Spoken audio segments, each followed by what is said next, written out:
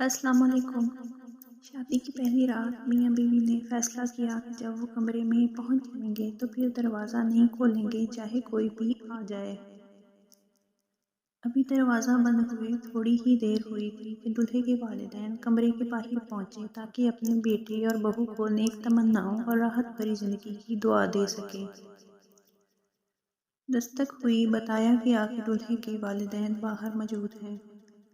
دولہا دلہن نے ایک دوسرے کی طرف دیکھا۔ باوجود اس کے کہ دولہا دروازہ کھولنا چاہتا تھا، اس نے اپنے فیصلے کو مد نظر رکھا اور دروازہ نہیں کھولا۔ والدین ناکام واپس لوٹ گئے۔ ابھی کچھ دیر ہی گزری تھی کہ دلہن کے والدین بھی دولہے کے گھر جا پہنچے تاکہ اپنی بیٹی اور داماد کو اپنی نیک خواہشات پہنچا سکیں اور انہیں سکھی زندگی کی دعا دے سکیں۔ ایک بار پھر کمرے کے دروازے پر دستک دی گئی اور بتایا گیا کہ دلہن کے والدین کمرے کے باہر موجود ہیں۔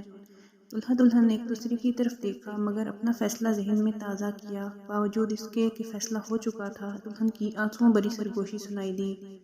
نہیں، میں اپنے والدین کے ساتھ ایسا نہیں کر سکتی، اور فوراً دروازہ کھول دیا۔ شوہر نے یہ سب دیکھا مگر دلہن کو کچھ نہ کہا، خاموش رہا۔ اس بات کو برسوں بیت گئے۔ ان کے ہاں 4 بیٹے پیدا ہوئے اور 5ویں بار ایک بیٹی پیدا ہوئی۔ شوہر نے ننھی گڑیا کی اس دنیا میں آنے کی خوشی میں ایک بہت بڑی پارٹی کا انتظام کیا۔